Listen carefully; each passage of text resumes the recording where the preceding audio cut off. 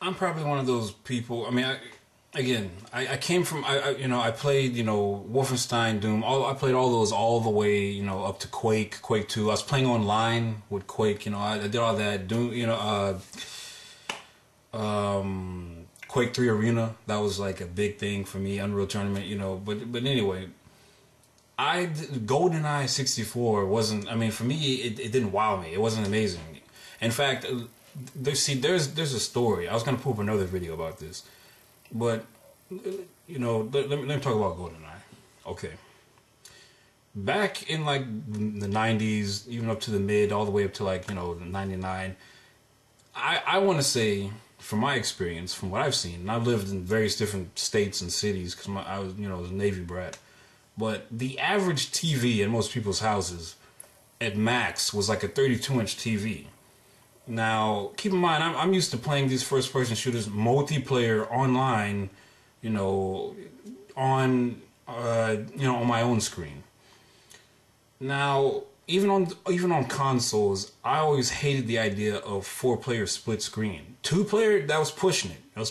If you split it down vertically or horizontally, or the horizontal line going across the screen, it was pushing it, but I didn't mind it because I could still see, like in Mario Kart. I didn't mind it. But then with GoldenEye, I went over to a friend's house, tried it out, it was cool. Then they turned on the multiplayer, and everyone talks about, oh my god, the multiplayer was so amazing.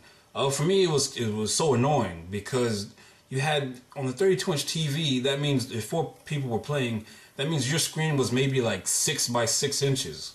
So, and I'm used to playing, first-person shooters full screen. I can go around and see, Quake was like one of the first games I played online like that, PC-wise. And then I get to GoldenEye, and I'm just like, what is this? I can't even see. I can't see anything. I mean, I don't. And see, I'm one of the few people who actually say that I was not that amazed by GoldenEye. If people, I'm not knocking it. If people love it the way it does, they do. It's just like, if I had to choose between Link to the Past on Super Nintendo and Ocarina of Time, I would probably choose Link to the Past. Though in many cases, I like to say both of those games are equal. But if I had to choose, I would choose Link to the Past. But that's a whole nother subject. I'll probably do a separate video on that.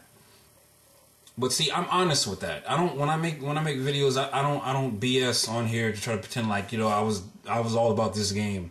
I was never into Mega Man or anything like that for the longest time. I didn't get into Mega Man until about high school when the Mega Man X game started coming out.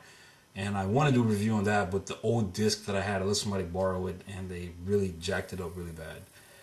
But the thing is, I wasn't that big of a Mega Man fan. I remember the first time I went over to a friend's house and played Mega Man, and it was interesting, but I was like, okay, Contra, like, let's play something else. But I'm giving my honest gaming history here. Now, look at some of these people's videos, it's like they just go along with the norm. They don't voice anything real.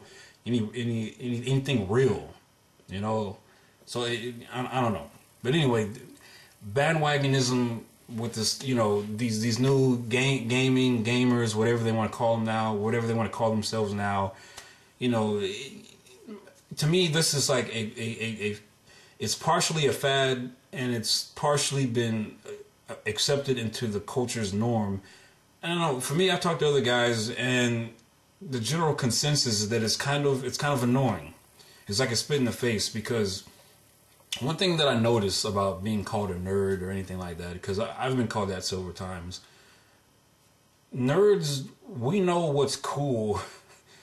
I'm going to take a leap and say that, but we know what's cool, or we knew what was cool before everyone else did.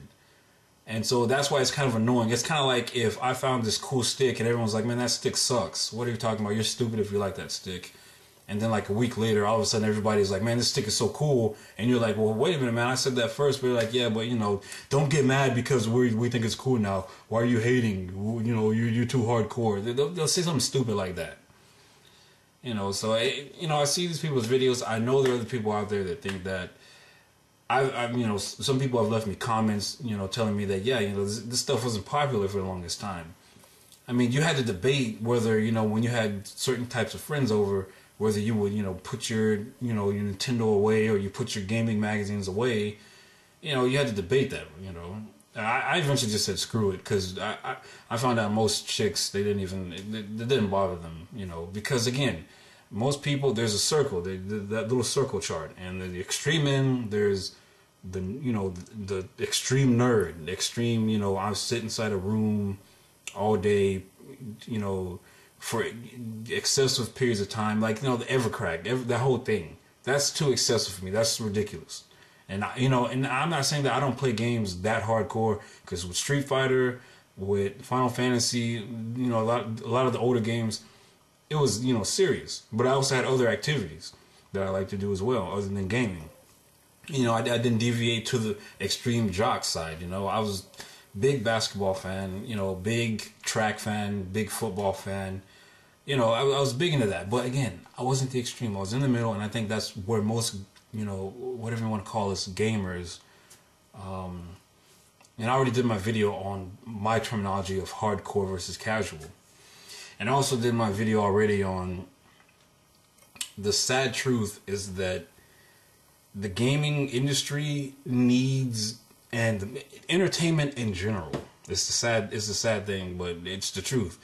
They need people like this who are just gonna hop on to any bandwagon, any whatever, and buy a whole bunch of stuff, because they know that people who know stuff or know what's up, they're not gonna just buy every single game for $60 that comes out unless they're a collector, which is a whole nother thing on YouTube. I collect for the Super Nintendo mostly. I collect for some of my other systems. If you check my stuff down there, you see some of the systems that I own. I collect for some of them, but I mostly collect for the Super Nintendo, because that's like my golden system. It was in the golden era of gaming, in my opinion. So that's my thing. But anyway, this is just a short. Well, it's probably gonna be like two videos long, but it's kind of a short little rant. If you agree, that's cool. If you disagree, that's cool, because I'm all about dialoguing. But anyway, peace out, guys.